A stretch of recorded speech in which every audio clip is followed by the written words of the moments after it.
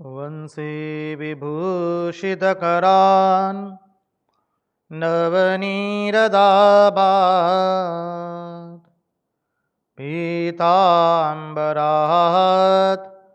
अरुणबिम्बफलादरोष्ठात् पूर्णेन्दुसुन्दरमुखात् अरविन्दनेत्रात् कृष्णात् परं किमपि तत्त्वम् अहं न जाने। कृष्णात् परं किमपि तत्त्वम् अहं न जाने।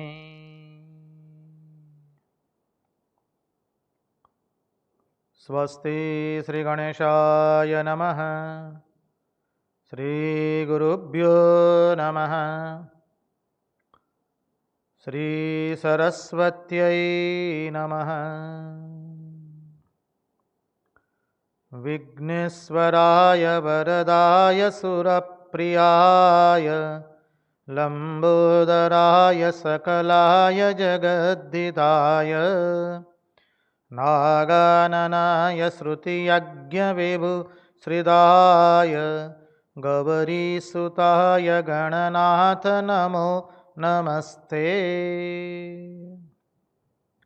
नमस्ते शारदे देवी सरस्वती मदीप्रदे वसत्वं मम जिह्वाग्रे सर्वविद्याप्रदा भव। नारायणं नमस्कृत्य नरं चैव नरोत्तमं देवीं सरस्वतीं व्यास ततो जयमुदीरयेत्।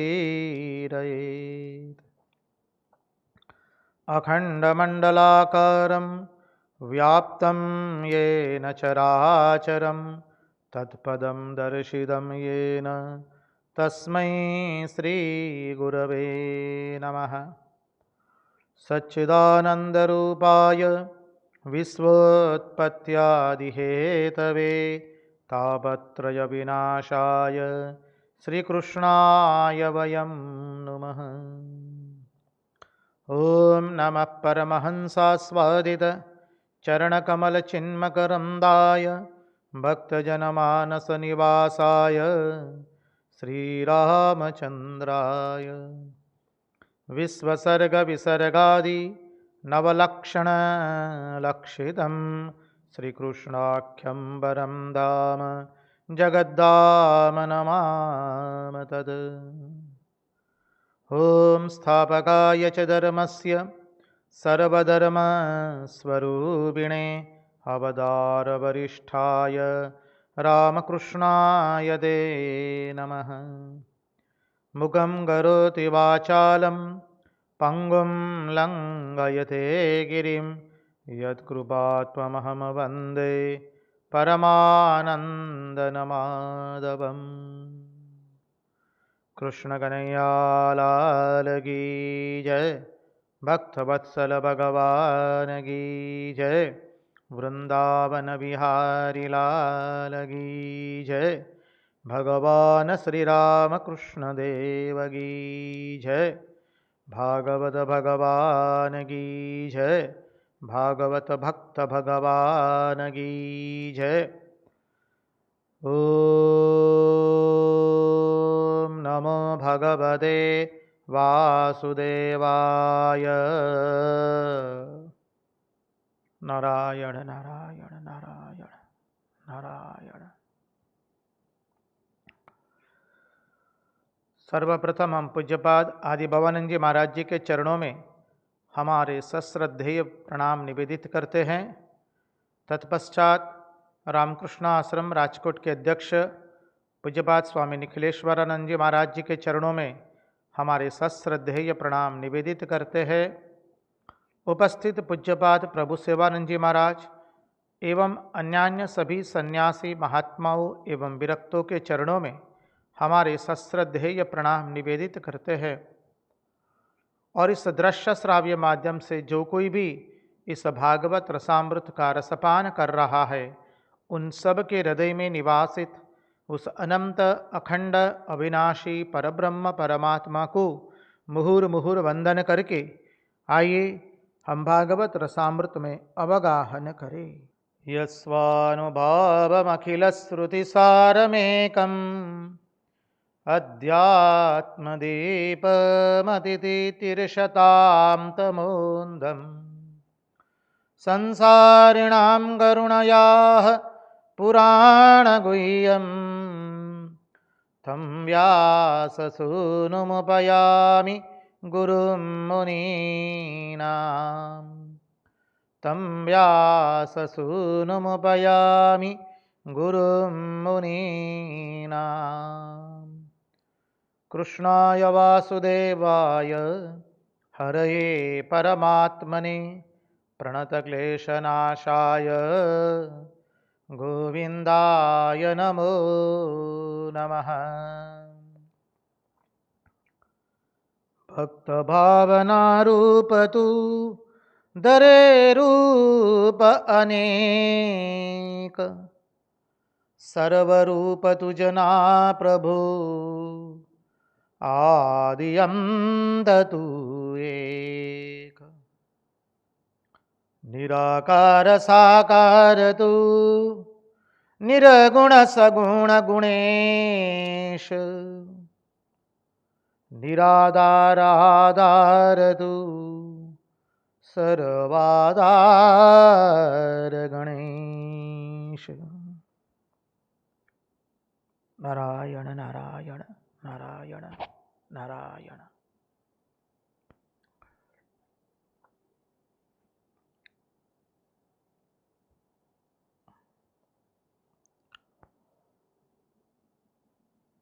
तो चले हम परमहंस शिरोमणि भगवान सुखदेव जी के चरणारविंद का आश्रय लेकर के भागवत रसामृत के अंदर में वेद स्तुति के अंतर्गत अद्भुत तत्वार्थ को समझने का प्रयास करें। हम लोग देख रहे थे श्लोक संख्या 36 और श्लोक संख्या 36 के श्लोक में मानी 36वें श्लोक की धरी हम बांध रहे थे। हमने इच्छा करके ही प्रथम श्लोक का पाठ नहीं किया है और आपको एक उदाहरण के अंतर्गत से इस श्लोक का तात्पर्य तक हम समझना चाहते हैं। इसलिए कल हमने जो तत्वार्थ लिया था, तत्वार्थ का पुनः एक बार स्मरण करके सिद्धांत के ऊपर आवे।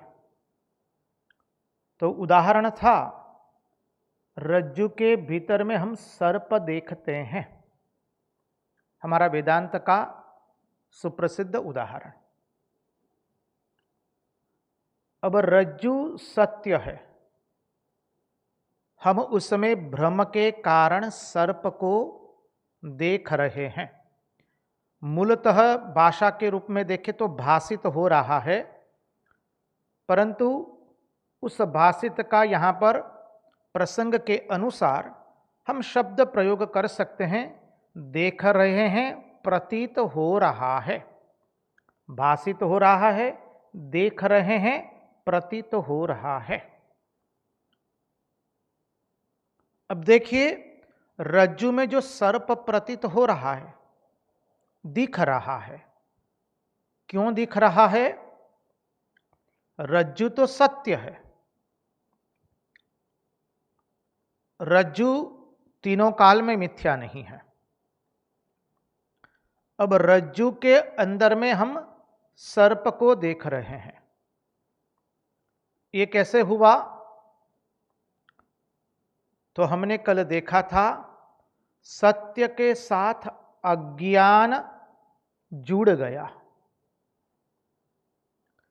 जब सत्य के साथ अज्ञान जुड़ा, तब हमें सत्य न देख करके, न दिख करके और कुछ दिख रहा है। रज्जु सत्य है, उसके साथ अज्ञान हमारा जुड़ा, परिणाम स्वरूप हम उसे सर्प देख रहे हैं। इस सिद्धांत को हमारे मन में बिठाना पड़ेगा इस श्लोक को समझने के लिए। ये मां श्रुतियों की भाषा है, मां श्रुति भगवती की भाषा है, सामान्य भाषा नहीं है। वेद जब स्तुति कर रहे परमात्मा की, तो आप चिंतन कीजिए कैसे कैसे सोपान से हमें ले जा रही है मां श्रुति भगवती। तो हमें यह समझना चाहिए कि अविद्या और सत वस्तु के संयोग से ही हमें सर्प के अंदर में, अरे क्षमा कीजिए, रज्जु के अंदर में सर्प दिख रहा है। अविद्या एवं सत्य के संयोग, सत वस्तु के संयोग से ही रज्जु में सर्प दिख रहा है।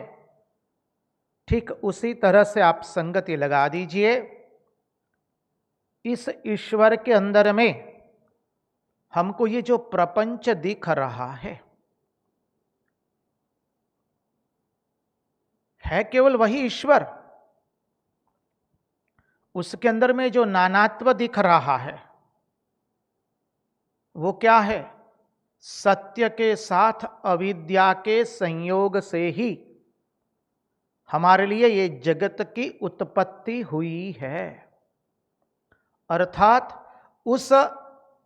उसके अद्वयत्व में, इस वाक्य को आप भूलिए मत, हम कई दिनों से इसका श्रवण कर रहे हैं, कई दिनों से उसका उच्चारण कर रहे हैं। आशा करते हैं अब तक तो आपके हृदय में अंकित हो गया होगा। उसके अद्वयत्व में विवर्त है। अद्वयत्व किसका? उसका। तो उसका स्वरूप क्या है? सत, चित और आनंद।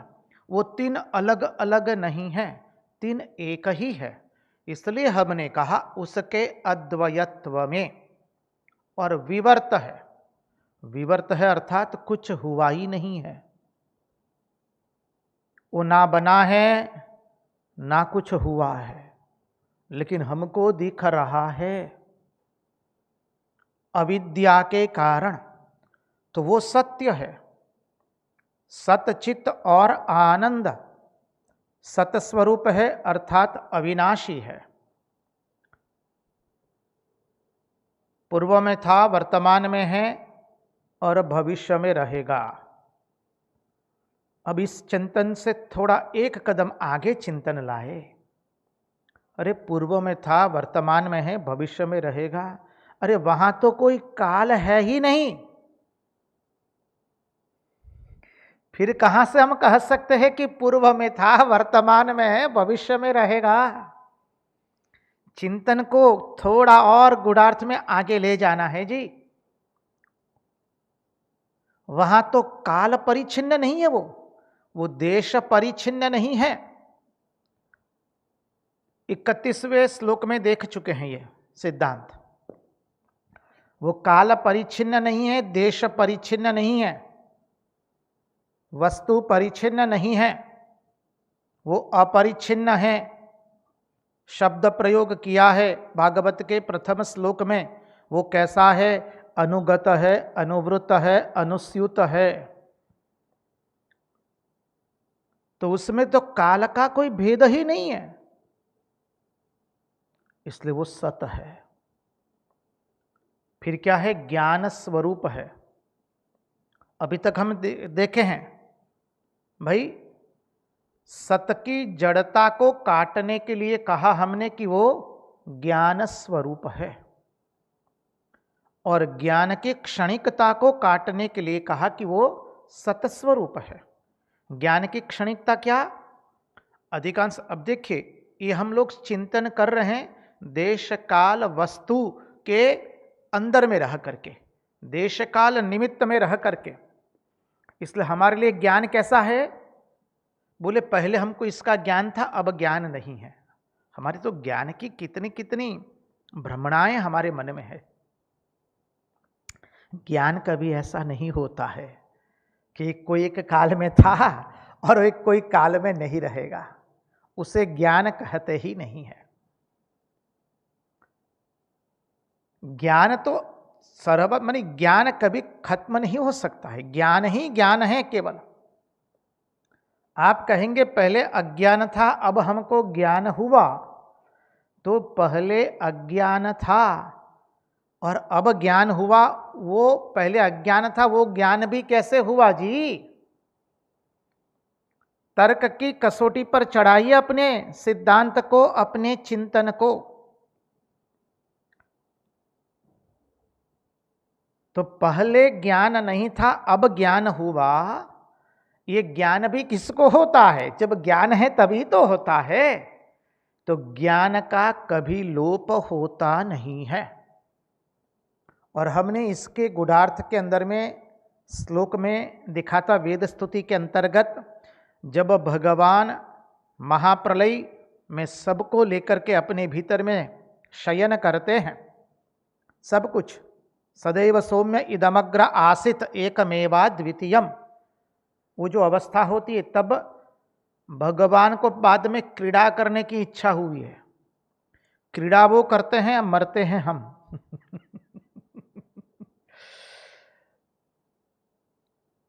ગુજરાતીમાં કહીએ છીએ ને આપણે, થોડી રમૂજ માટે આ પ્રસંગ। ક્રીડા એ કરે છે અને તકલીફ આપણને છે। तो क्रीड़ा वो कर रहे हैं और भुगत रहे हैं जी हम। तो भगवान को जब क्रीड़ा करने की इच्छा हुई तो उन्होंने किसको आदेश दिया है? माया को। वेद स्तुति के अंतर्गत हम देख चुके हैं, हमसे गलती न हो तो 29वां श्लोक या 30वां श्लोक के अंतर्गत यह आता है। भगवान को जहां इच्छा हुई संकल्प मात्र से क्रीड़ा करने की, द्वितीयात्वा भयम, अब क्रीड़ा करनी है तो दो तो लगेंगे ही, बिना दो क्रीड़ा नहीं हो सकती है। और दो बनेंगे तो एक न्यून बनेगा, एक महत्तम बनेगा, गुरुत्व बनेगा। तो भगवान ने माया के द्वारा, समझिए, संकल्प से सृष्टि का निर्माण किया। और इस सिद्धांत को भी अपने मन में बिठा के रखिए कि एक के बाद एक सिद्ध नहीं बना, कि पहले प्रकृति का प्रागट्य हुआ, बाद में महत आया, बाद में अहंकार आया। वो हम समझने के लिए कर रहे। Don't bring your mathematical calculation and mathematical mindset while understanding this philosophy. इस दर्शन शास्त्र को समझने के लिए कृपया आप अपने गणित की बुद्धि को पद से माध्यम से, पहले यह पद आएगा, द्वितीय पद ये होगा, तृतीय पद ये होगा, इस दृष्टि से मत देखिए। ये दर्शन शास्त्र है, संकल्प मात्र से हो गया है। अब जब संकल्प मात्र से हुआ तो भाई सरल सिद्धांत आप लोग कहते हैं महाराज, वह सत्य ही अनेक रूप में अभी हमको भासित हो रहा है, सत्य ही अनेक रूप में हमको दिख रहा है। तो जो अनेक रूप में दिख रहा है वो भी तो सत्य ही हुआ ना। और हम लोग अभी से चिंतन करके, पहले दिन से चिंतन करके आए, हर देश में तू, हर वेश में तू, तेरे नाम अनेक, बस तू एक ही है। नाम हजारों नामी एक, रूप करोड़ों रूपी एक। तो श्रुतियां यहां इस सिद्धांत पर आती है, इस निष्कर्ष पर आती है कि उस सत्य से ही ये जगत का निर्माण हुआ है। यह जो आप समझ लेते हैं, इसलिए जगत को जो सत्य समझते हैं वो गलत है। ये जगत सत्य नहीं है, ब्रह्म सत्य जगत मिथ्या, ये मूल सिद्धांत है। उस मूल सिद्धांत को समझने के लिए हमने इस उदाहरण का आश्रय लिया है कि जगत सत्य नहीं है, जगत तीनों काल में जैसे मिथ्या है। मानी जगत की मिथ्यात्वता प्रतिपादित करने के लिए कहा गया है। आप अभी कोई निष्कर्ष पर मत आइए, कृपा करके थोड़े धीरज धरिएगा, क्योंकि वेद स्तुति में धीरे धीरे वो हमें एक के बाद एक ऐसे अद्भुत सिद्धांत पर ले जाती है। जब द्वितीय सिद्धांत पर ले जाएगी तो पहले सिद्धांत का हमें थोड़ा त्याग करना पड़ेगा। इसलिए कहा कि ये जगत जो है सत्य नहीं है, भले वो सत्य से निकला हुआ है। बोले कैसे सत्य नहीं है? तो बोले देखो चिंतन करो, जब जगत बना, कोई एक काल में जगत बना है, तो उसके पहले जगत था नहीं। जगत बना कहां? कोई एक काल में। और जगत का प्रलय भी होगा कोई एक काल में। महाप्रलय जो हम कहते हैं, प्रलय कहते हैं, नैमित्तिक प्रलय ब्रह्मा जी के एक दिन के बाद, महाप्रलय ब्रह्मा जी के 100 वर्ष के बाद, और नित्य प्रलय हम लोग जो जीवन जन्म एवं मृत्यु के चक्कर में घूम रहे हैं, नित्य प्रलय, आत्यंतिक प्रलय जब हम मुक्त हो जाते हैं। तो जब कहा कि ये जगत को एक काल में उत्पन्न हुआ है, अर्थात पहले नहीं था। अब जो पहले नहीं था तो बाद में भी नहीं रहेगा। इसलिए कह दिया आपने कि जगत का प्रलय भी होता है, इवोल्यूशन एंड इनवोल्यूशन, सर्जन एवं प्रलय, और प्रत्येक गति वर्तुलाकार गति है। तो वेदांत यहां पर सिद्धांत समझाते हुए कहता है कि जगत जो तुम कह रहे हो कि सत्य है, वो पूर्ण रूप से गलत है। भले वो सत्य से निकला है,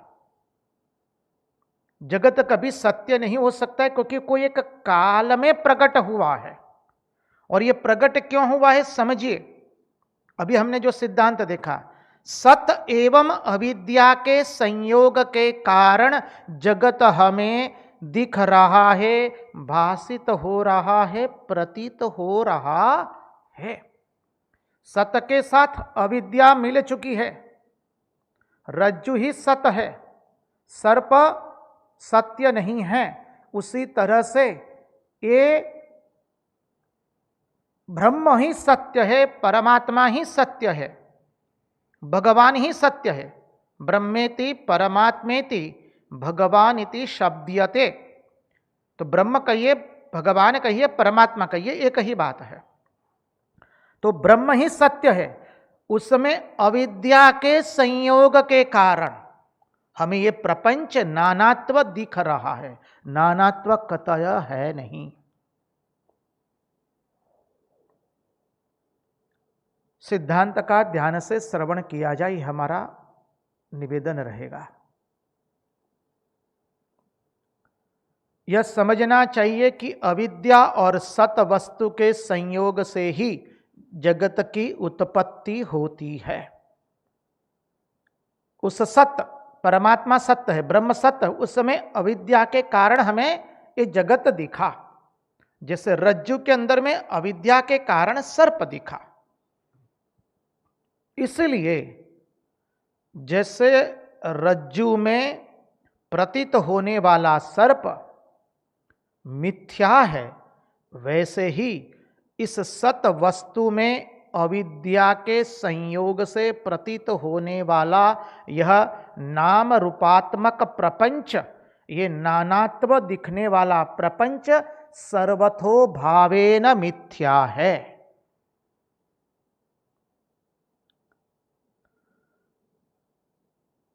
आप कहेंगे महाराज, ये आप मिथ्या मिथ्या करके सब कुछ उड़ा देंगे तो कैसे चलेगा?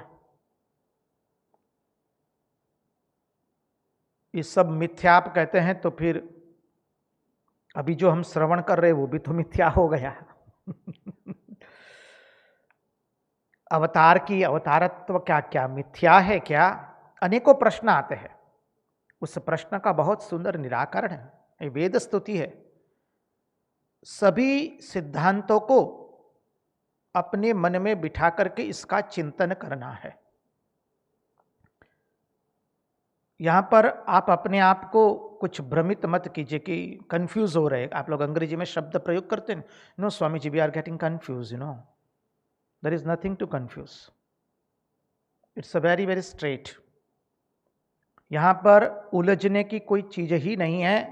खामखा अपने मन में शंका ला करके उलझिए मत। ये जगत मिथ्या कैसे हुआ? यदि जगत मिथ्या हो गया तो सब कुछ मिथ्या हो गया, सब कुछ उड़ा गया, कैसे होगा स्वामी जी? बात संपूर्ण सत्य है आपकी। अब ये जगत कैसे सत्य है वो समझने के लिए हमारा वेदांत 3 सत्य देता है। हम सरल अर्थ से समझा रहे हैं, पूरा सिद्धांत के माध्यम से नहीं समझाएंगे, नहीं तो आज श्लोक पूर्ण भी नहीं होगा। 3 सत्य है। एक है प्रथम पारमार्थिक सत्य, द्वितीय है व्यावहारिक सत्य और तृतीय है प्रातिभासिक सत्य। प्रथम जो है पारमार्थिक सत्य। पारमार्थिक सत्य अर्थात वह सत्य अपना जो है, अपना आपा कहिए, वही सच्चिदानंद कहिए, वही जो ब्रह्म है, वही पारमार्थिक सत्य हो गया। अभी समझना है प्रातिभासिक सत्य एवं व्यवहारिक सत्य को।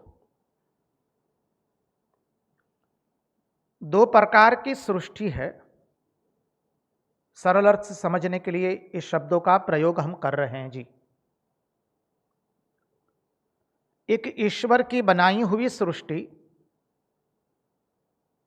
और द्वितीय है जीव की बनाई हुई सृष्टि।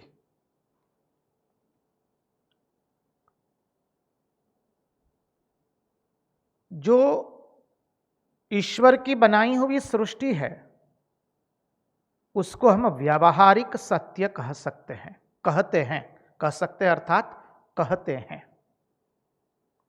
ईश्वर की बनाई हुई सृष्टि वो व्यावहारिक सत्य है। कैसे? जैसे मनुष्य, पशु, पक्षी, कीट, स्थावर, जंगम सब कुछ, सरिता, समुद्र, पर्वत, नदी, नद, अणु, परमाणु सब कुछ ईश्वर का बनाया हुआ है। वो हो गया व्यावहारिक सत्य। ईश्वर की बनाई हुई सृष्टि व्यावहारिक सत्य।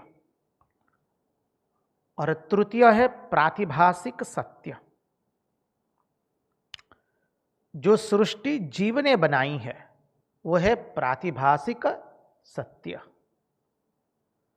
आप कहेंगे महाराज अब जीव ने कब से सृष्टि बनाना शुरू कर दिया? ये तो आज तक हमने कभी देखा नहीं।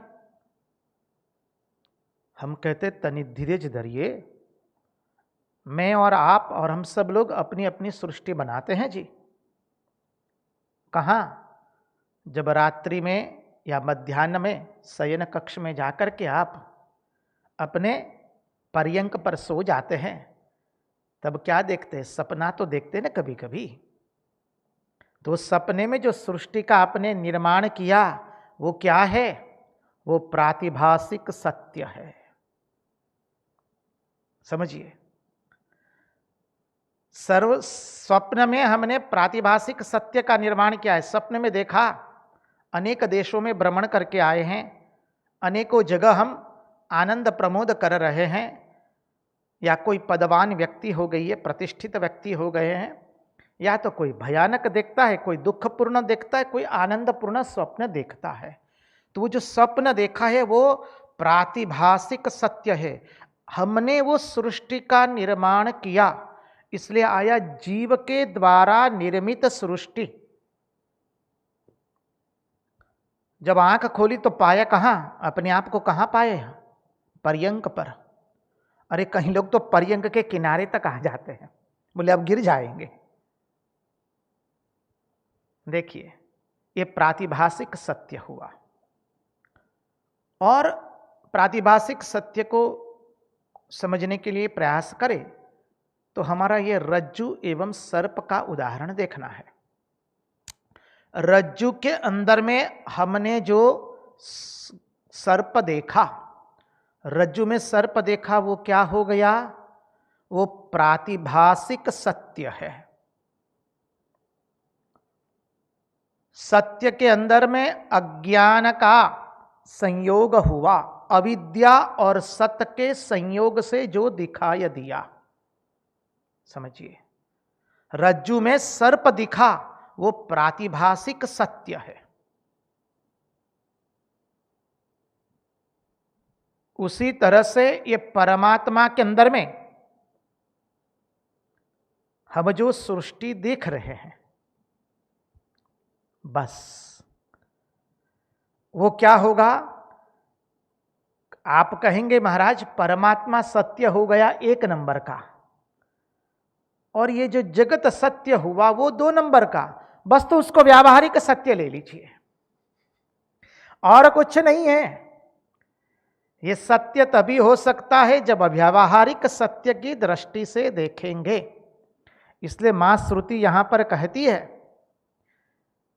कि यदि केवल व्यावहारिक सिद्धि के लिए ही जगत की सत्ता अभिष्ट हो, इस जगत की सत्ता हम कब स्वीकार करते हैं? व्यावहारिक दृष्टि से, व्यावहारिक सत्य की सिद्धि के लिए शब्द पर ध्यान से श्रवण किया जाए, ध्यान दिया जाए। यदि केवल व्यावहारिक सिद्धि के लिए ही जगत की सत्ता अभिष्ट हो, मानी स्वीकार करे, उसका व्यावहारिक दृष्टि से जगत की सत्ता अभिष्ट हो, तो उसमें कोई आपत्ति नहीं है। तो ये जगत सत्य कब बना है? हमारे व्यावहारिक सत्य के लिए।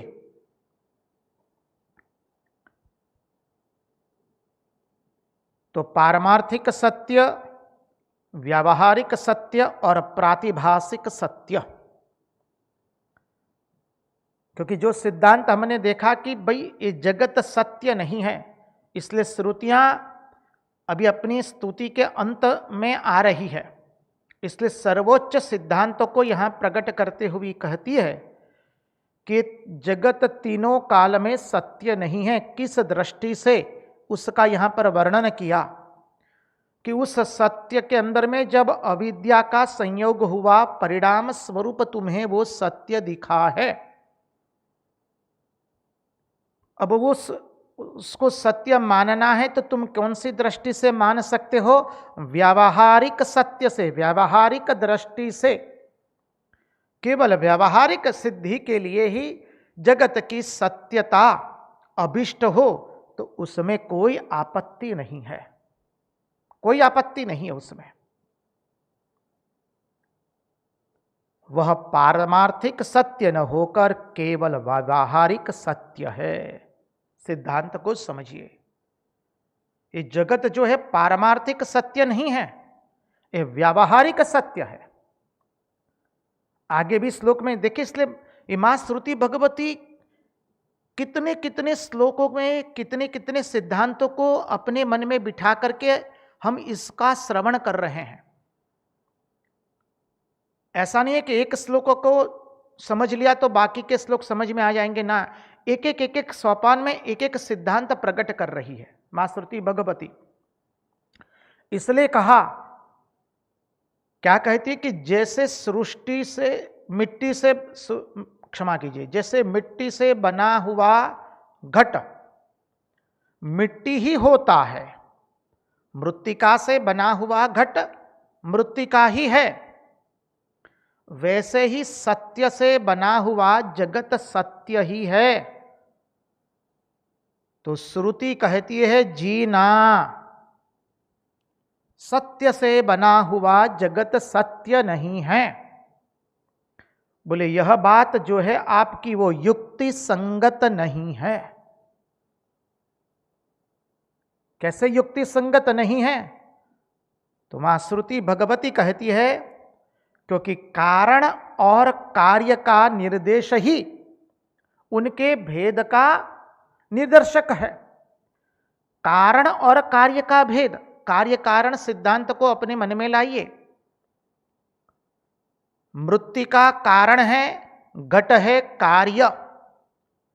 तो मृत्तिका को कोई पहले आकार था नहीं, एक तरह से सरल अर्थ से देखने का प्रयास करें हैं। मृत्तिका को कोई आकार नहीं था, बाद में आकार द्वारा उसका नामकरण किया, नाम रूपात्मक उसको रूप दिया गया। बोले गोल है नीचे से, ऊपर से संकुचित है, नीचे से वो विस्तृत है। गुजराती में कहो ना, गागर जेवड़ू पेट, तो नीचे से बड़ा है, ऊपर से संकुचित है, ऐसा रूप हुआ उसका। नाम दिया आपने उसको घट। तो जब कारण था केवल तब नाम रूपात्मक था नहीं, नाम रूपात्मक विहीन था। घट का निर्माण हुआ मृत्तिका से ही हुआ है, मृत्तिका ही है उसमें, और घट का विनाश होगा तो क्या रहेगा? मृत्तिका ही रहने वाली है।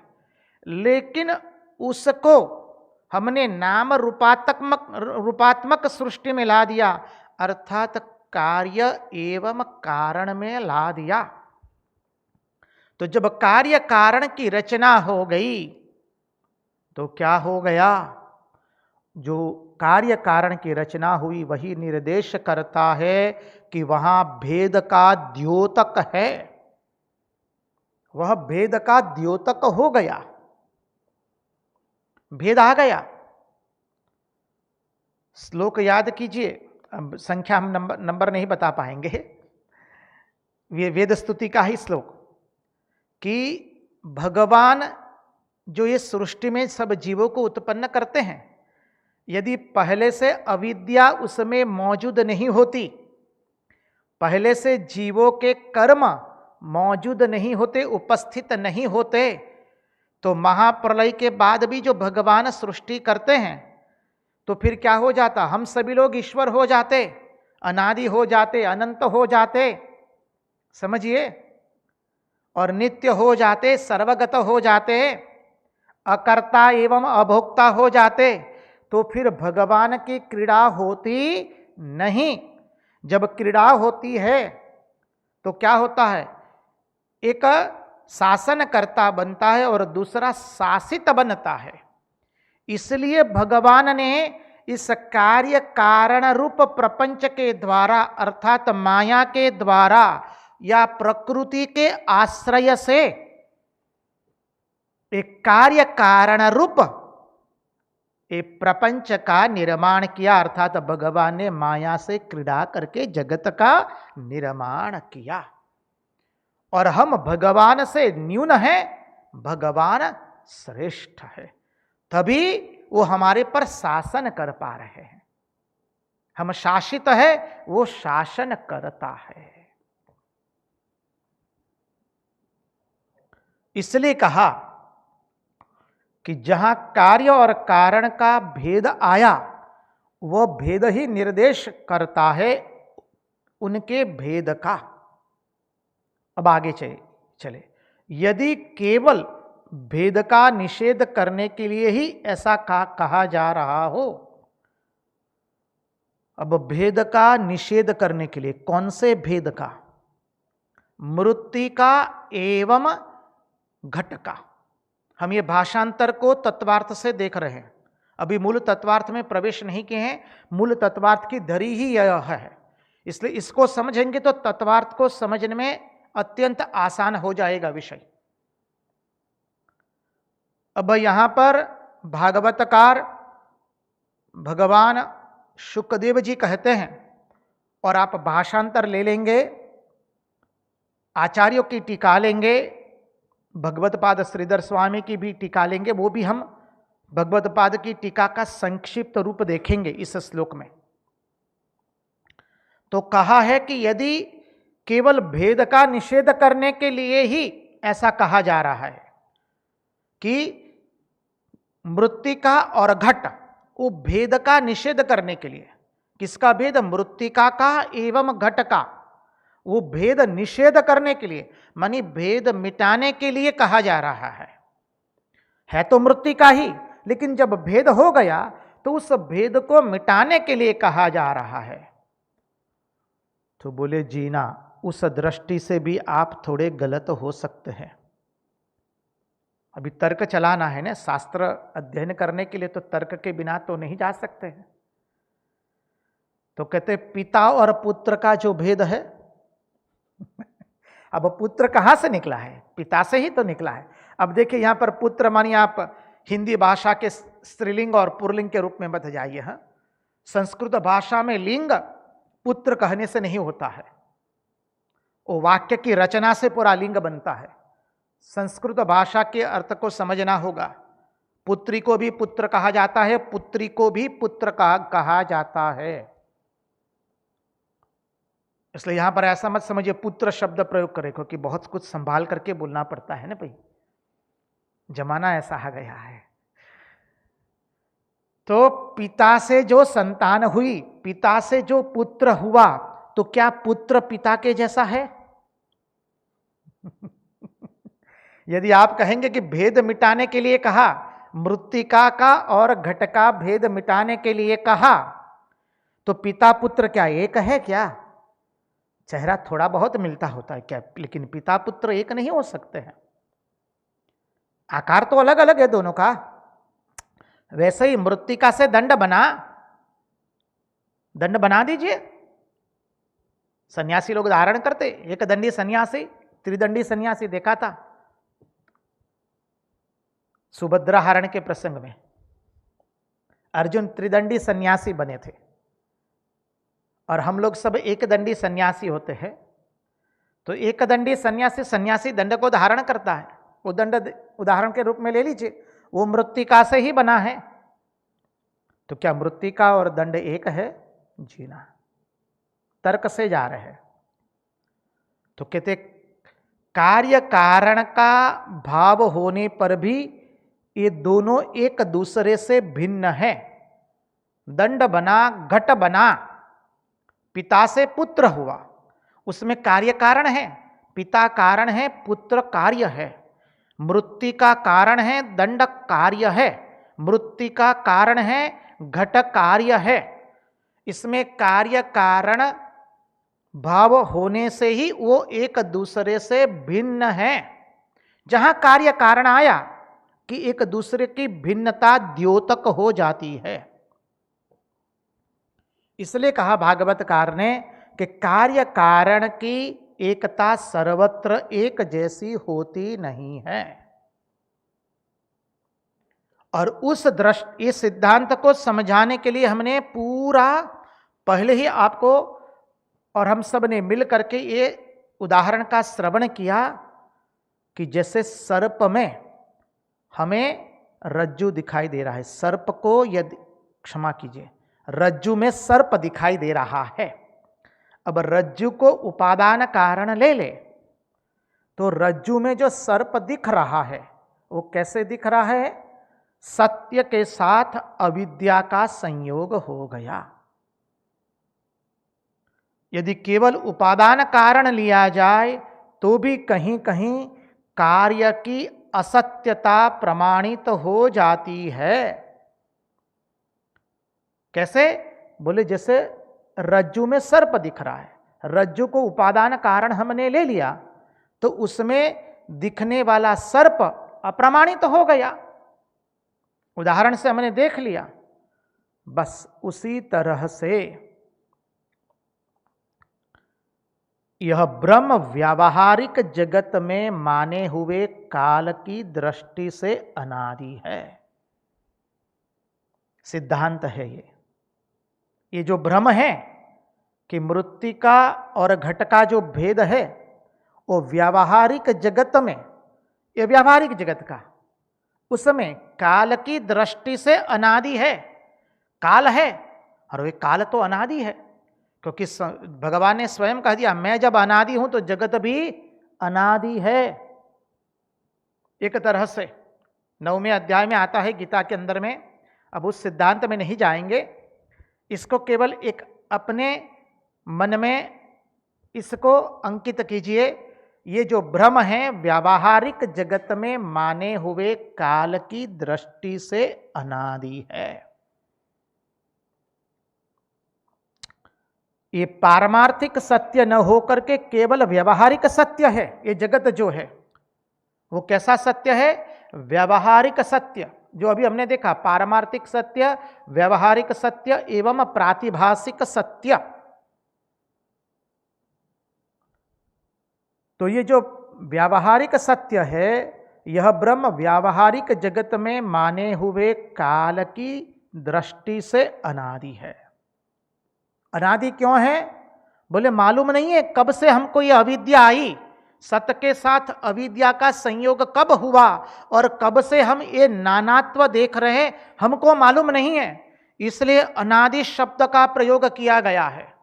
जो हमने सिद्धांत देखा है कि पहले कब हमारे जीवन में अविद्या आई, हमको मालूम नहीं है। हमको मालूम इतना है कि अब अविद्या आई है, उस अविद्या को हमें दूर करना है। गोदी में कोबरा विशीला अत्यंत विष वाला सर्प गिर गया है, तो पहले उस सर्प को हमारी गोदी में से उठा करके फेंक देना है, बस। इसलिए कहा कि यह ब्रह्म व्यावहारिक जगत में माने हुए काल की दृष्टि से अनादि है। जब काल माना अर्थात देश काल वस्तु की मर्यादा में, देश काल निमित्त में, यह अनादि है। और अज्ञान जनित लोग, अब इसको, ये भ्रम को सत्य कौन मानता है कि घट अलग है, मृत्तिका अलग है, हम अलग है, परमात्मा अलग है, ये सत्य कौन मानता है? देखिए अब दूसरा सिद्धांत आ रहा है श्रुतियों के द्वारा। पहले तो बताया कि ये जगत सत्य नहीं है, अब व्यवहारिक सत्य का आश्रय लेकर के मां श्रुति भगवती हमें दूसरा सिद्धांत देती है।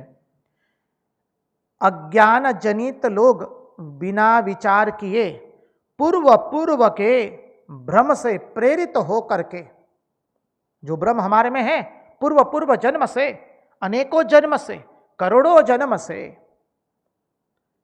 उस भ्रम से प्रेरित होकर के हम अंध परंपरा से इसे मानते चले आए हैं।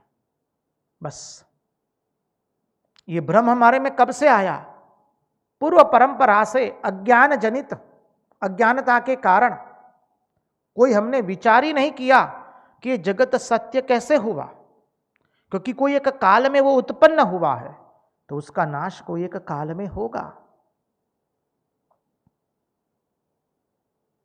इसलिए जो इस जगत को सत्य मानते हैं वो लोग क्या करते हैं? इस कर्म के चक्कर में पड़ जाते हैं। कर्म के चक्कर में पड़ जाते हैं अर्थात वो समझते हैं कि ये कर्म करने से ये फल मिलने वाला है, बस यहां पर केवल यही किए जाओ। यहां पूर्व मीमांसकों को थोड़ा आड़े हाथ लिया गया है। जो पूर्व मीमांसक होते हैं केवल यज्ञ यागादि कर्म को ही सत्य मानते हैं, वेदांत का जो स्वीकार करते नहीं हैं। वो लोग कहते केवल यज्ञ यागादि करते जाओ, होम हवन करते जाओ और स्वर्ग की प्राप्ति होगी, इत्यादि लोगों की प्राप्ति होगी। ऐसे जो लोग मानते हैं, ऐसी स्थिति में कर्म फल को सत्य बताने वाली श्रुतियां केवल उन्हीं लोगों को भ्रम में डालती है। श्रुतियां भ्रम में डालती है। कैसे भ्रम में डालती है? उनको कर्म फल को सत्य बताती है श्रुतियां। जब उनमें भेद आ गया तो ऐसे भेद वाले व्यक्तियों को श्रुतियां कर्मफल सत्य बताती है। जो कर्म में जड़ हो रहे हैं और यह नहीं समझते हैं कि कर्म का तात्पर्य कर्म फल की नित्यता बताने में नहीं है। कर्मफल कभी नित्य हो सकता नहीं है, क्योंकि कर्म स्वयं नित्य नहीं है, तो उसका फल नित्य कैसे होगा? फल तो एक काल में उत्पन्न हुआ है, तो कोई काल में उसका नाश होगा। कर्म हमने कोई एक काल में किया है, कोई एक काल में उसका नाश होने वाला है। तो ना कर्म सत्य हुआ, ना कर्म फल भी सत्य हुआ। पूर्व मीमांसकों के लिए विशेष करके कहा है। तो कर्म में जो जड़ हो रहे हैं, जो समझ रहे हैं कि कर्म ही केवल सत्य, यज्ञ यागादि कर्म करो बस वही सत्य है, मुंडन मिश्र के वहां जब भगवान आद्य शंकराचार्य गए, भगवदपाद गए, तो मुंडन मिश्र श्राद्ध कर्म कर रहे थे। और हमारे भगवदपाद तो सन्यासी है, मुंडन मस्तिष्क है। और पूर्व मीमांसक लोग मुंडन मस्तिष्क को स्वीकार नहीं कर सकते हैं। शिखा तो अवश्य रखनी ही पड़ेगी। शिखा सूत्र दशनामी सन्यासी संप्रदाय में जो सन्यास ग्रहण करता है उसको शिखा एवं सूत्र त्याग करना पड़ता है। इसलिए भगवदपाद को केवल बुद्धिस्ट लोगों के साथ, जो बौद्ध धर्मी थे, उन्हीं के साथ वाद विवाद नहीं करना था, पूर्व मीमांसकों से भी उतना ही भिड़ना था। और जब भगवान आद्य शंकराचार्य मुंडन मिश्र के वहां जाते हैं, योग मार्ग से उनके कक्ष में प्रवेश करते हैं जहां पर वो श्राद्ध कर्म कर रहे थे, क्योंकि सब बंद थे, द्वार वगैरह सब कुछ बंद करके बैठे थे, श्राद्ध कर्म कर रहे थे। और जब मुंडन मिश्र देखते हैं तब व्यंग पूर्वक कहते हैं, इस शिखा सूत्रहीन, बाकी का शब्द हम प्रयोग नहीं कर सकते क्योंकि वो हमारे आचार्य है। भले वो मुंडन मिश्र बोले हो, हम नहीं बोल सकते हैं। इस शिखा सूत्रहीन व्यक्ति कैसे आ गया इस शुभ कर्म में? उसके बाद भगवदपाद और मुंडन मिश्र का तर्क शुरू होता है।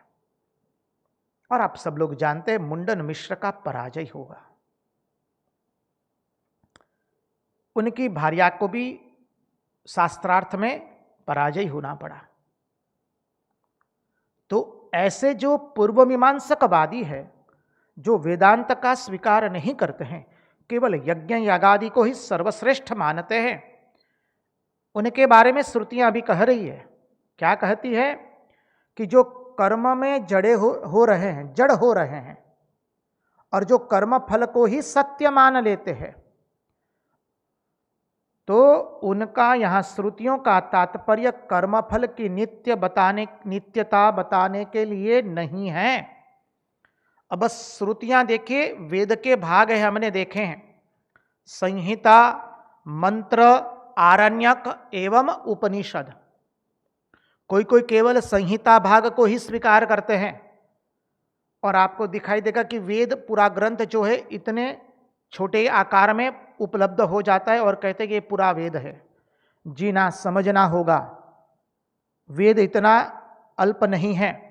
उन्होंने वेद के केवल संहिता भाग का ही स्वीकार किया है। और ये पूर्व मीमांसक लोग केवल वेद के मंत्र भाग को ही स्वीकार करते हैं। और वेद में हमने पहले भी देख चुके हैं, वेद के जो मुख्य दो भाग है, ज्ञानकांड एवं कर्मकांड, तो 80% कर्मकांड से भरा हुआ है, 20% भाग ज्ञानकांड से भरा हुआ है। कोई 75 कहता है, कोई 25 कहता है, उसका कोई इतना ज्यादा मूल्य नहीं इस बात का। ये समझने के लिए हम कह रहे हैं। तो जो कर्मकांड से भरा हुआ है, वहां पर वेद प्रतिपादित करता है कर्म के फल को।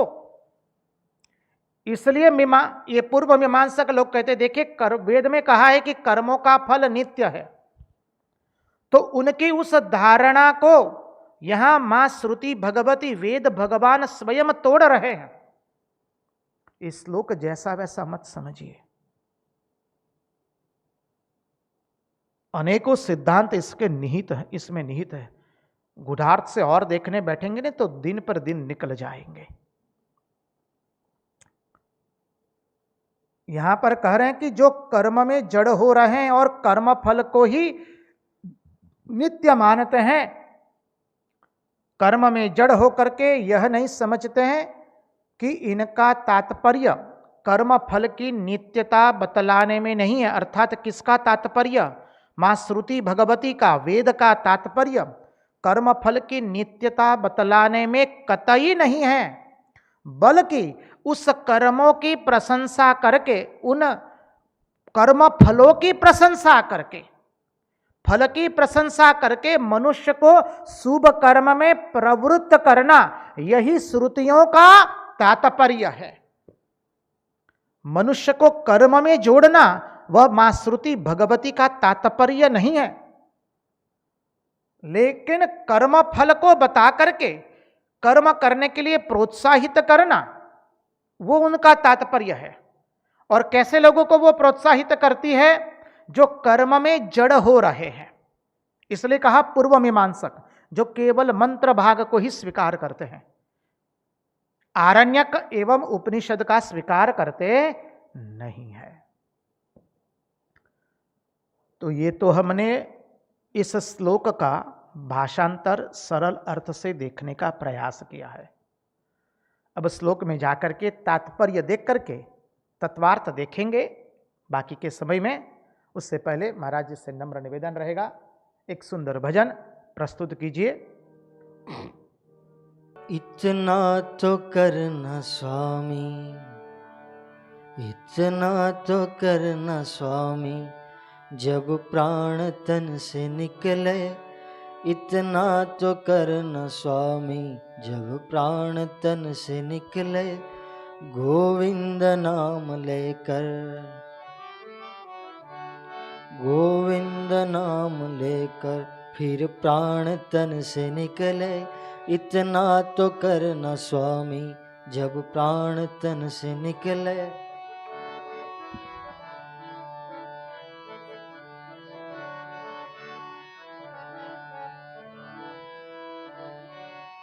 श्री गंगा जी का तट हो या यमुना जी का वट हो, श्री यमुना जी का तट हो, श्री यमुना जी का तट हो, या वृंदावन का वंशी वट हो। मेरा सावरा निकट हो, मेरा सावरा निकट हो, जब प्राण तन से निकले। इतना तो करना स्वामी, जब प्राण तन से निकले। गोविंद नाम लेकर, फिर प्राण तन से निकले।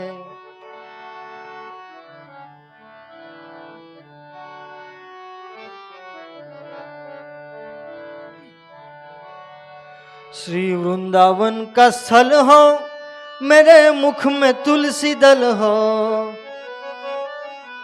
श्री वृंदावन का स्थल हो, मेरे मुख में तुलसी दल हो। विष्णु चरण का जल हो, विष्णु चरण का जल हो, जब प्राण तन से निकले। इतना तो करना स्वामी, जब प्राण तन से निकले। गोविंद नाम लेकर, फिर प्राण तन से निकले।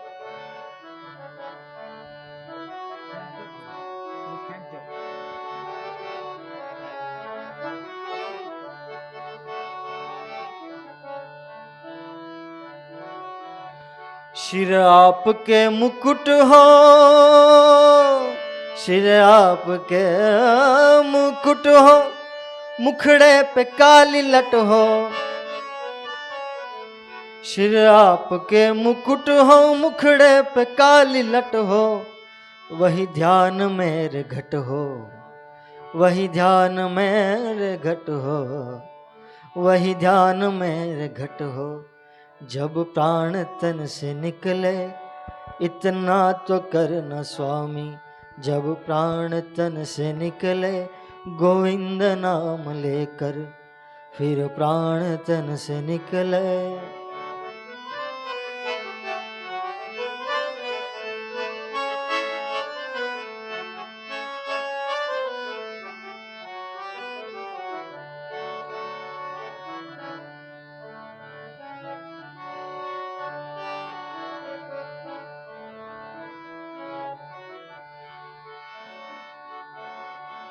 जब कंठ प्राण आवे, कोई रोग ना सतावे। जब कंठ प्राण आवे, कोई रोग ना सतावे, कोई रोग ना सतावे, कोई रोग ना सतावे। यम दर्श ना दिखावे, यम दर्श ना दिखावे, जब प्राण तन से निकले। इतना तो करना स्वामी, जब प्राण तन से निकले, गोविंद नाम लेकर, गोविंद नाम लेकर फिर प्राण तन से निकले।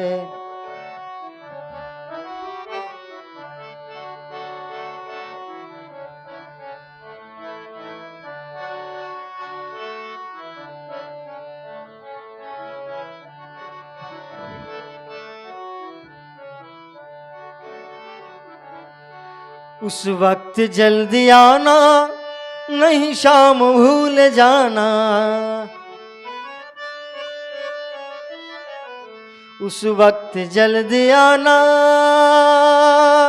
नहीं शाम भूल जाना। नहीं शाम भूल जाना, नहीं शाम भूल जाना, नहीं शाम भूल जाना। बंसी की धुन सुनाना, बंसी की धुन सुनाना। जब प्राण तन से निकले, इतना तो करना स्वामी। जब प्राण तन से निकले, गोविंद नाम लेकर फिर प्राण तन से निकले।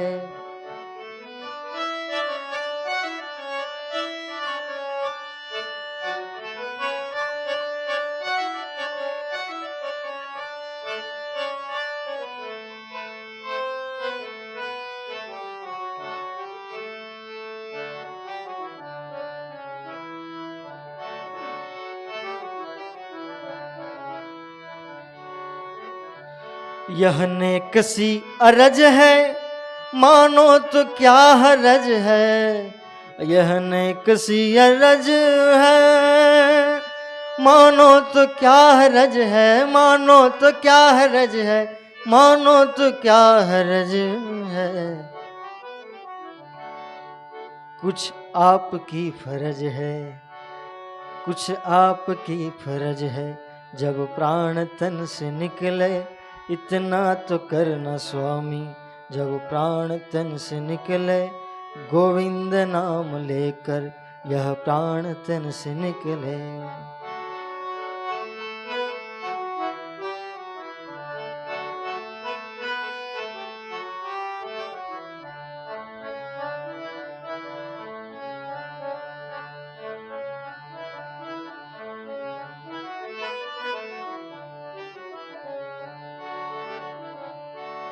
श्री ब्रह्मानंद की यह है अर्जी, ब्रह्मानंद की है यह अर्जी। खुद गर्ज की है गर्जी, ब्रह्मानंद की है अर्जी। ब्रह्मानंद की है अर्जी, ब्रह्मानंद की है अर्जी। अर्जी अर्जी ब्रह्मानंद की है, ब्रह्मानंद की है अर्जी। अर्जी ब्रह्मानंद की, ब्रह्मानंद की है अर्जी। ब्रह्मानंद की है अर्जी, खुद गर्ज की है गर्जी। ब्रह्मानंद की है अर्जी हो, खुद गर्ज की है गर्जी। खुद गर्ज की है गर्जी, खुद गर्ज की है गर्जी। खुद गर्ज की है गर्जी। आगे तुम्हारी मर्जी, आगे तुम्हारी मर्जी, आगे तुम्हारी मर्जी। जब प्राण तन से निकले, इतना तो करना स्वामी। जब प्राण तन से निकले, गोविंद नाम लेकर। जब प्राण तन से निकले, इतना तो करना स्वामी। जब प्राण तन से निकले, गोविंद नाम लेकर, गोविंद नाम लेकर, गोविंद नाम लेकर, गोविंद नाम लेकर, गोविंद नाम लेकर, गोविंद नाम लेकर यह प्राण तन से निकले। इतना तो करना स्वामी, जब प्राण तन से निकले। कृष्ण कन्हैया लाल की जय। कृष्ण कन्हैया लाल की जय। चले हम आगे इस श्लोक का पहले हम स्तवन कर ले। श्लोक संख्या 36वां। सत इदमुत्थितं सदिति चेन्ननु तर्कहतं व्यभिचरति क्वच क्वच मृषा न तथो भययुक् व्यवरितये विकल्प इषितोऽन्धपरम्परया भ्रमयति भारतीत उर्वृत्तिविरुक्तजडान्। सत इदमुत्थितं सदिति चेन्ननु, संधि विच्छेद करके देखेंगे तो सरल अर्थ से थोड़ा समझ पाएंगे। सत इदम उत्थितम सदिति, सत इति चेन्ननु चेत ननु तर्कहतम व्यभिचरति क्वच क्वच च मृषा न तथो भययुक् तथा उभययुक् व्यवरितये विकल्प इषित अंधपरंपरया इषितः अंधपरंपरया भ्रमयति भारती त उरुवृत्तिभिः उरुवृत्तिभिः अक्यजडान उक्त जडान, क्षमा कीजिए, उरुवृत्तिभिः उक्त जडान।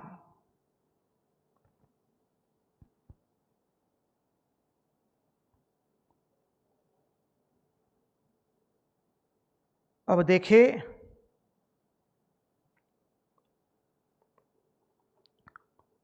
यहां मां श्रुति भगवती तत्वार से देखे शुरू करें कि जो कहते हैं कि सत्य से पैदा, ये जगत सत्य से पैदा होने के कारण यह प्रपंच सत्य है, उनकी युक्ति तो बहुत अच्छी है, बहुत सुंदर है। भाई सत्य से पैदा हुआ तो ये सत्य ही है, लेकिन थोड़ा चिंतन करेंगे, सत्य जो है वो काल से असंबद्ध होता है। समझिए, अभी हमने सत्य परमात्मा है, सतचित्त एवं आनंद, तो सत्य कैसा है? जो पूर्व में था, वर्तमान में है और भविष्य में रहेगा, अर्थात वो कालातीत है।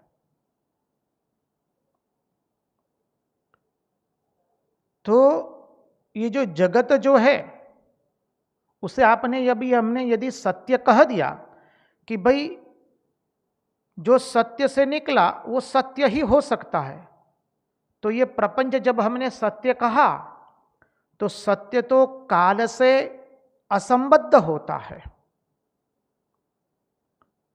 और माने सत्य काल की अवधि में नहीं पड़ता है, सत्य एक जैसा होता है, नित्य सर्वगत नित्य है। और जगत की हमने उपमा दी है अनित्य, परस्पर विरुद्ध, नित्य इधर अनित्य। सत्य देश काल निमित्त से परे होता है, काल से असंबद्ध होता है, और उससे पैदा हुआ यदि ये प्रपंच, उसे भी हम यदि सत्य कहते हैं तो ये तो काल से संबद्ध है, वो तो काल की मर्यादा में है, संबद्ध है अर्थात मर्यादा में है। कोई एक काल में पैदा हुआ है तो उसका कोई एक काल में विनाश होने वाला है, सर्जन हुआ है तो प्रलय होने वाला है।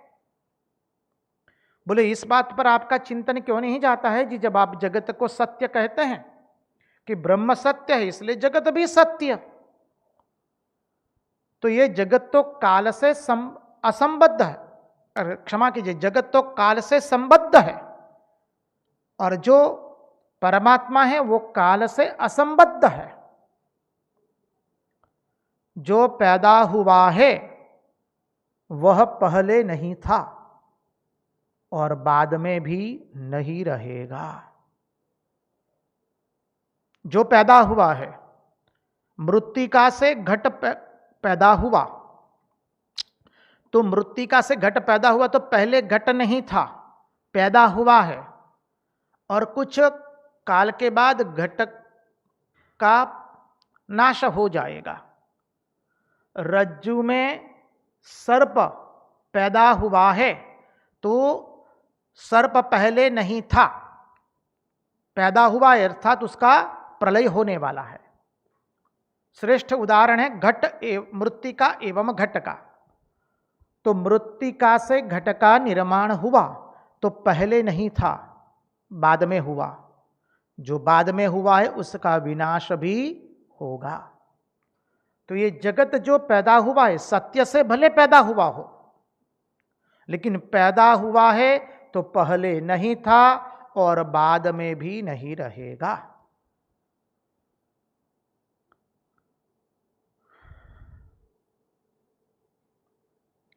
लेकिन वो जिससे पैदा हुआ है वह पहले भी था। घट मृत्तिका से बना है तो मृत्तिका पहले भी थी, बाद में भी है, रहेगी और वर्तमान में भी है।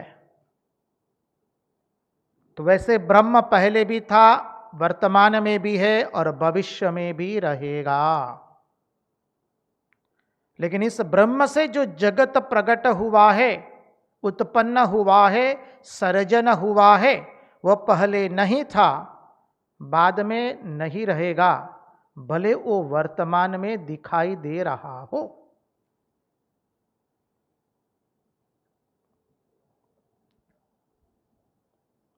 जो पैदा हुआ है वो काल से पैदा हुआ है, काल में पैदा हुआ है, और जब काल में पैदा होता है उसका तो अंत आता ही है। इसलिए वो कैसे हुआ? स्वप्न की तरह हुआ। ये जगत स्वप्नवत कहते हैं। कैसे कहा? कि हम जब स्वप्न देखते हैं तो कोई एक काल में स्वप्न का सर्जन हुआ, अब सर्जन हुआ तो उसका अंत भी होने वाला है।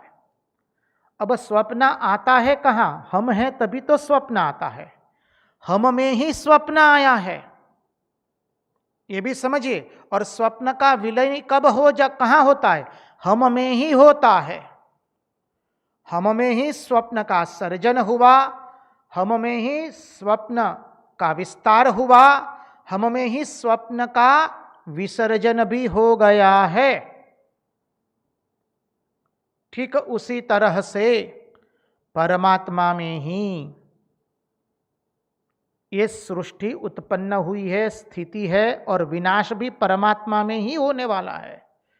लेकिन जैसे स्वप्न नहीं है सत्य, भले वो हम में ही पैदा हुआ हो, हमसे ही है और हमारे में ही विलीन होने वाला है, लेकिन स्वप्न सत्य नहीं है, वैसे ही ये जगत भी सत्य नहीं है, वो स्वप्न की भांति है।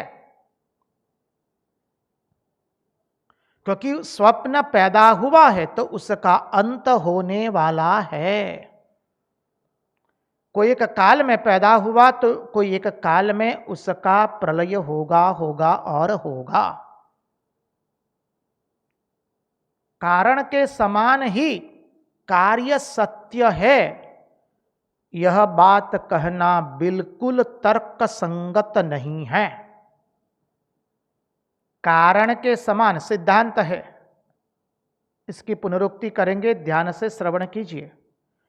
कारण के समान ही कार्य सत्य है, यह बात कहना बिल्कुल तर्क संगत नहीं है। कारण सत्य है तो कार्य भी सत्य होगा, ये बिल्कुल तर्कसंगत नहीं है। मृत्तिका और घट, मृत्तिका कारण है और घट क्या हो गया? कार्य। तो घट को तो बना कोई एक काल में बना तो कोई एक काल में नष्ट होगा।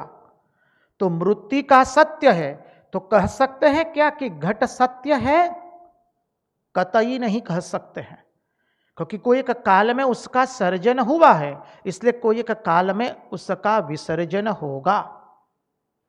देखिए ये सब सिद्धांत सूक्ष्म सिद्धांत है, हमारे हृदय में बैठे, इसलिए हम पुनः पुनः पुनरुक्ति कर रहे हैं।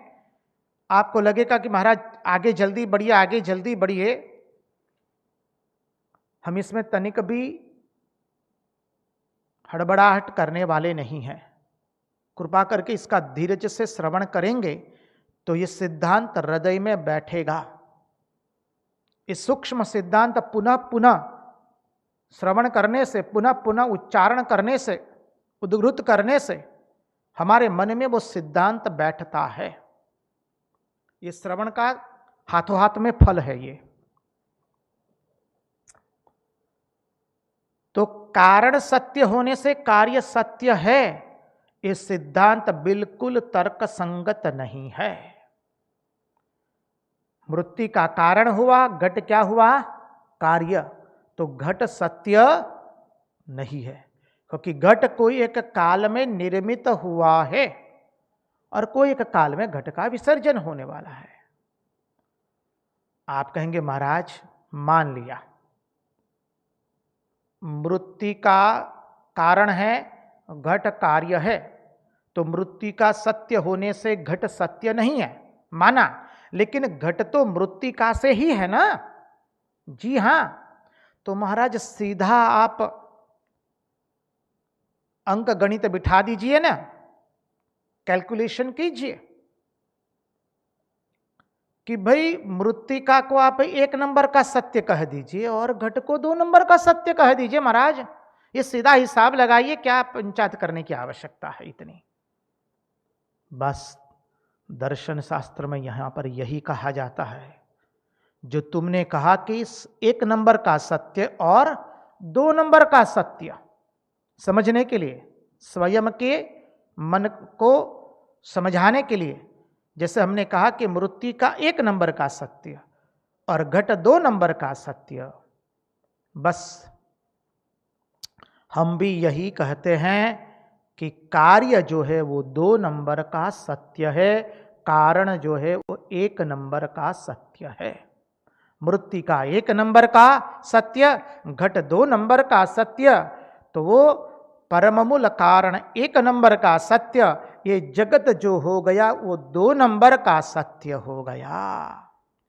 अर्थात पारमार्थिक सत्य 1 नंबर का हुआ और व्यावहारिक सत्य 2 नंबर का हो गया। संगति लगा दीजिए, पारमार्थिक सत्य, व्यावहारिक सत्य एवं प्रातिभासिक सत्य। व्यक्ति सो गया है पर्यंक पर और उसको जो स्वप्न आया है, व्यक्ति से ही स्वप्न आता है। स्वप्न एक काल में शुरू हुआ, इसलिए उसका अंत भी एक काल में ही होगा। भले वो व्यक्ति से ही है, व्यक्ति में है, और उसका विसर्जन भी व्यक्ति में ही होता है। किंतु जब एक काल में पैदा हुआ है तो फिर उसका विनाश अवश्य होगा। इसलिए पारमार्थिक सत्य, व्यावहारिक सत्य, प्रातिभासिक सत्य। इसलिए कहा पारमार्थिक ब्रह्म की सत्तापेक्षया, पारमार्थिक ब्रह्म सत्तापेक्षया किंचित न्यूनन सत्तात्व है। इस मिथ्यात्व, उसका एक किंचुम न्यूनत्व सत्यता है, न्यून सत्तात्व है, इसलिए वह मिथ्यात्व है। भाषा को समझिए, थोड़ी अटपटी लगेगी, लेकिन दर्शन शास्त्र की भाषा है, रखनी पड़ेगी। परमार्थ ब्रह्म सत्तापेक्षया, अर्थात परमार्थ रूपी ब्रह्म की सत्ता की मनी तुलना में, अपेक्षा में, परमार्थ ब्रह्म सत्तापेक्षया किंचित न्यूनन सत्ता तत्व, ये मिथ्यात्व है। कुंचम न्यून सत्तात्व, ये जो जगत है कुंचुम, कुंचुम थोड़ा तेलुगु शब्द आ जाएगा, किंचित, किंचित न्यून सत्तात्व है ये समझ लीजिए। ये जगत कैसा सत्तात्व है? किंचित न्यून सत्तात्व है। किसकी अपेक्षा? परमार्थ ब्रह्म सत्तापेक्षया, परमार्थ ब्रह्म की सत्ता की अपेक्षा से ये जगत कुंचुम किंचित न्यून सत्तात्व है, इसलिए वो मिथ्यात्व है। बोले कहीं कहीं तो वो क्या हो जाता है? व्यभिचरित हो जाता है। कहीं कहीं तो वह वस्तु, अब जगत वस्तु हो गया, दृश्य है इसलिए जड़ हुआ, इसलिए उसको कहा वस्तु। कहीं कहीं तो वह वस्तु व्यभिचरित हो जाती है, व्यभिचरित हो जाती है, अपने मूल कारण से अनेक दूर चली जाती है। और कहीं कहीं तो उसको मृषा हो जाती है। मृषा हो जाती है अर्थात व्यर्थ हो जाती है, मूढ़ हो जाती है, झूठमूठ हो जाती है। कहीं कहीं तो यह वही वस्तु, वह वस्तु क्या हो जाती है? व्यभिचरित हो जाती है। और कहीं कहीं तो वो मृषा हो जाती है, झूठमूठ हो जाती है। इसलिए जगत का उपादान कारण ब्रह्म अकेला नहीं है। अब समझिए, वही उदाहरण फिर से, रज्जु में जैसे सर्प दिख रहा है तो रज्जु सत्य है। सर्प क्यों दिख रहा है? कि सत्य के साथ अविद्या का संयोग हुआ, उसके कारण रज्जु में सर्प प्रतीत हो रहा है, दिख रहा है। तो जगत का उपादान कारण ब्रह्म होने पर भी, अरे ब्रह्म अकेला नहीं है, वह तो अज्ञान से मिल करके, संगति लगा लीजिए, भगवान को माया से क्रीड़ा करने की इच्छा जगी तो अज्ञान से मिल करके जगत का उपादान कारण ब्रह्म अकेला नहीं है, अज्ञान से मिल करके ये प्रपंच की उत्पत्ति हुई। अर्थात क्या? प्रपंच की उत्पत्ति अज्ञान युक्त ब्रह्म से है। ब्रह्म है लेकिन अज्ञान युक्त ब्रह्म, सत्य एवं अविद्या के संयोग से हमें सर्प दिख रहा है। तो ये प्रपंच कब दिख रहा है? कि अज्ञान युक्त ब्रह्म से, अज्ञानोपहित ब्रह्म से, एक ही शब्द है, अज्ञान युक्त ब्रह्म से, अज्ञानोपहित ब्रह्म से, अर्थात होने पर भी सत्य नहीं है। प्रपंच होने पर भी सत्य नहीं है। तो बोले ये अभी तो सत्य हमने स्वीकार किया, वो तो व्यवहार की सिद्धि के लिए स्वीकार किया गया है। यह तो व्यवहार के लिए विकल्प के रूप में स्वीकार किया गया है। व्यावहारिक सत्य, व्यवहार के विकल्प के रूप में इस सत्य स्वीकार किया गया है। इसलिए कहा यहां पर उरुवृत्ति विरुक्त जड़ान, उरुवृत्ति भी उक्त जड़ान, संधि विच्छेद करें, उरुवृत्ति विरुक्त जड़ान, उरुवृत्ति भी उक्त जड़ान। अर्थात जो कर्म में जड़ हो गया है, वापस उस सिद्धांत को मन में लाइए। कौन सा सिद्धांत? जहां पर पूर्व मीमांसकों को कहा गया, पूर्व मीमांसक वेद के केवल मंत्र भाग का ही स्वीकार करते हैं, इसलिए वो केवल यज्ञ यागादि कर्म में ही प्रवृत्त रहते हैं, वो उपनिषद भाग को स्वीकार करते नहीं हैं। तो जैसे कहा कि जो कर्म में जड़ हो गए हैं,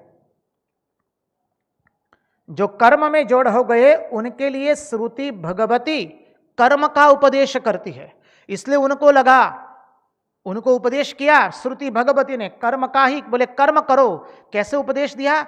कर्म के फल को इंगित करके उनको शुभ कर्म में प्रवृत्त करने के लिए ही उनको कर्म का उपदेश किया मां श्रुति भगवती ने। उरुवृत्ति भी उरुक्त जड़ान,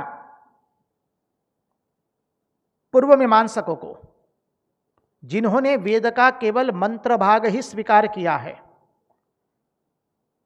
आर्य समाजी लोग वेद का केवल संहिता भाग ही स्वीकार करते हैं, मंत्र भाग, आरण्यक भाग एवं उपनिषद भाग स्वीकार नहीं करते हैं। चलिए वो अलग विषय है। तो रुवृत्ति विरुक्त जड़ान, जो कर्म में जड़ हो गए हैं और उनके लिए श्रुति भगवती केवल कर्म का ही उपदेश करती है, परमार्थ की अपेक्षा से नहीं। समझिए, परमार्थ की अपेक्षा से श्रुति भगवती कभी कर्म का उपदेश नहीं करती है, वो तो अधिकारी की अपेक्षा से कर्म का उपदेश करती है।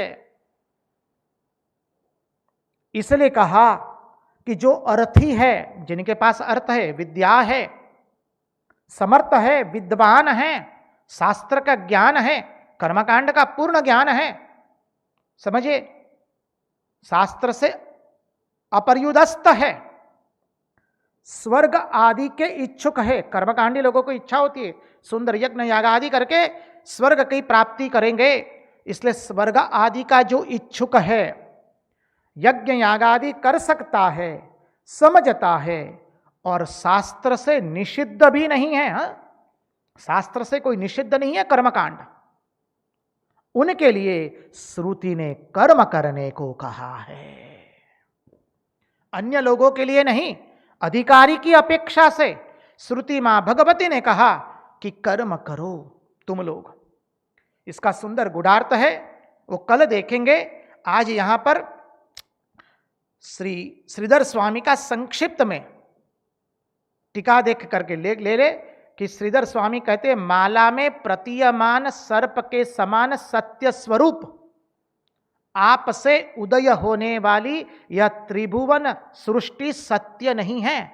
माला में जैसे सर्प भाषित हो रहा है, माला है लेकिन सर्प भाषित हो रहा है, वैसे ही आप में ये जगत दिख रहा है लेकिन वो सत्य नहीं है।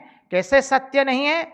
बोले झूठा सुवर्ण बाजार में चल जाने पर भी वो सत्य हो सकता नहीं है, वैसे ही ये जगत झूठा है, भले जगत में चल रहा है, व्यवहार में चल रहा है, लेकिन वो सत्य है नहीं।